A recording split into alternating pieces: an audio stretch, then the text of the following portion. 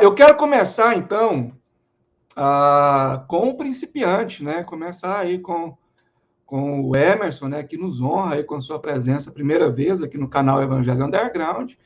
Quero dirigir uma pergunta, né, para ele, e aí a gente vai revezando, trocando uma ideia, fazendo perguntas para os outros participantes, né?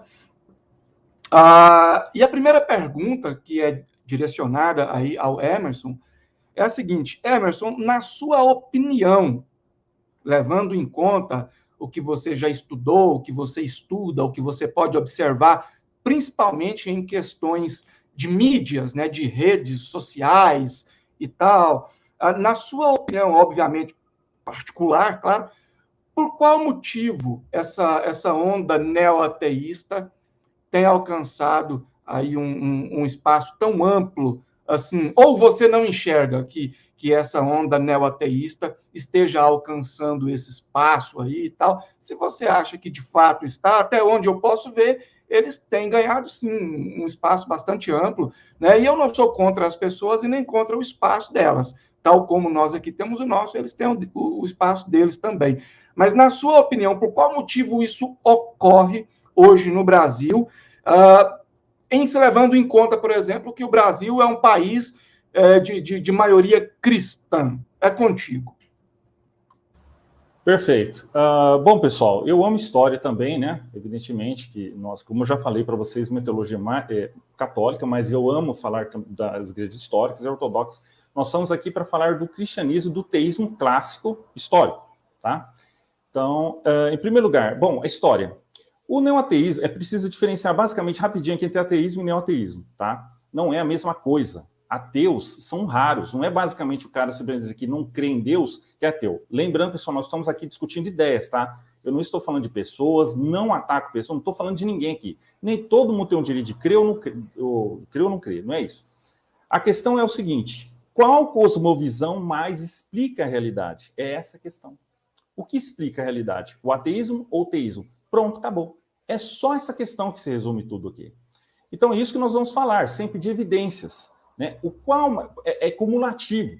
Tem um autor que eu gosto muito americano, que ele é um criminalista que se chama J. Warner Wallace. Ele participou até do filme Deus Não Está Morto. Né? Acho que vocês viram ele lá. Ele é um criminalista, ele é um detetive. Então ele fala sobre essa questão de acúmulo de evidências, como que funciona tudo isso. É o mesmo processo para você chegar à resolução da cena de um crime, basicamente, é a mesma coisa também. Você chega a conclusões da existência de Deus, os argumentos assim também, certo? Mas voltando lá rapidinho, o ateísmo basicamente é a negação da crença em Deus. O neoateísmo é mais antirreligioso.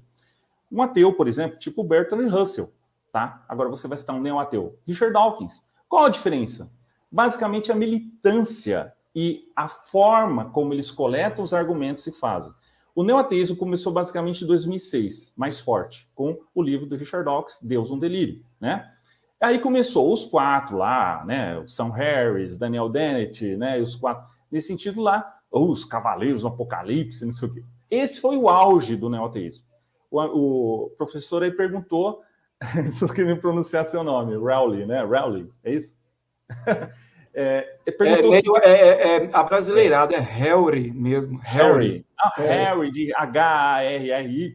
Entendi, Harry. A pronúncia então, é quase essa. Tá.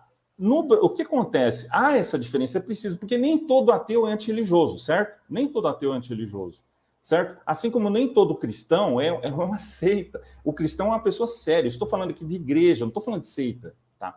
Então, mesma coisa, nós precisamos diferenciar as formas para não confundir, que senão falar todo ateu. Não. Tem ateus que são extremamente respeitosos, não falam essas bobagens contra a Bíblia. Eles entendem a importância da Bíblia para a humanidade, para o Ocidente, para todo mundo. A importância, a existência de Jesus Cristo, não duvidam. Eles podem não ver evidências de Deus, que Deus não existe, mas eles não ficam falando bobagem, atacando a torto a direito a igreja, certo? Padres, pastores. Gente, por que essa? Então, o neoateísmo basicamente é isso. A gente pode falar ateísta antirreligioso, né? Então, normalmente são pessoas que fazem alegações, muitas vezes já respondidas, distorções, espantalhos da fé cristã, né? E tentam distorcer. Por exemplo, o clássico Quem Criou Deus. Nenhum ateu sério fala isso. Porque o cara que entende filosofia, Ele não vai fazer essa bobagem, fazer uma pergunta. Isso é típico de neo-ateu, tá? Quem criou Deus? Jesus não existiu. Isso é coisa de miticista, né? E nós vemos academicamente, eu já falei, que nenhum historiador aceita essa questão de miticismo. Ele pode, a questão de, Jesus é filho de Deus, isso é questão teológica também. Mas nenhuma pessoa séria duvida da existência de Jesus Cristo.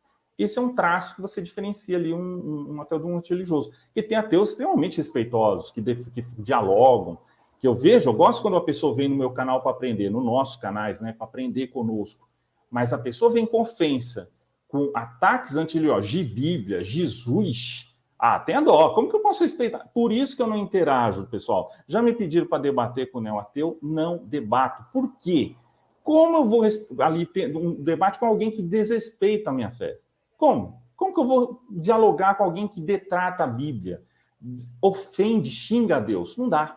Agora, se alguém é respeitoso me dialogar, eu dialogo, certo? Então, basicamente é isso, pessoal. Então, o ateísmo, essa diferença básica, não está em ascensão. Eu vejo como declínio. O que está acontecendo, basicamente, eu chamo de... Desculpa a expressão. Peido de véia. São expressões assim... Estão tentando sustentar naquele eco, naquele vácuo do pessoal. Mas eles continuam atraindo, né? Seguidores, adeptos.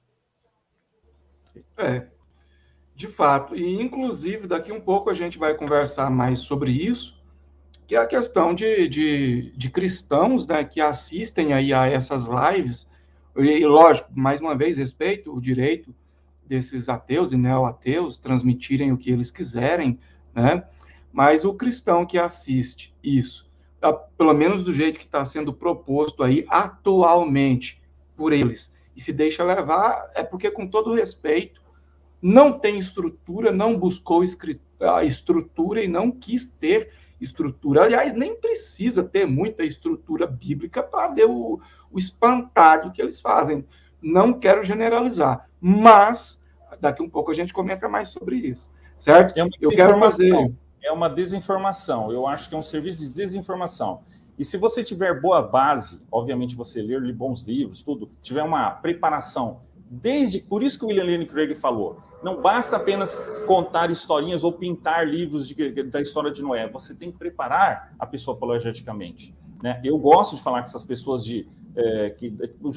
no grupo, que pessoas falam, nossa, entrei para a faculdade, perdi a fé, meu professor lá veio e nossa, me desafiou e eu perdi a minha fé, foi abalada. Gente, desculpa, mas se você tem algo preparado intelectualmente, porque a apologética é uma ferramenta da teologia, ela é uma ferramenta evangelística, certo? A apologética não é para ganhar argumentos, a apologética é para ganhar almas para Cristo, né? Então, assim, não é um debate, quem ganha, não é torcida também. Por isso que eu não gosto desses debates, porque parece torcida de time de futebol, não é assim que funciona. A verdade não é definida em torcida, números, ela existe por ela mesma, né? Tem uma frase de Santo Agostinho que fala assim, a verdade venha de onde vier, provém do Espírito Santo.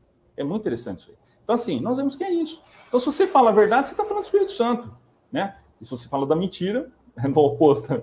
Então, assim, né? Então, nós temos que ver que se a pessoa é preparada, ela não vai ver essas coisas. Pessoal, como você falou aí, esse pessoal tem o direito de postar as coisas dele. Mas já vi gente perturbada de ver alguns vídeos. Gente que ficou mal. E eu não gosto disso. É bom você... Por quê? Pessoas que ficam ali, não estão preparadas, elas ficam abaladas, elas ficam confusas. E aí, será que Deus existe? Deus existe? A Bíblia...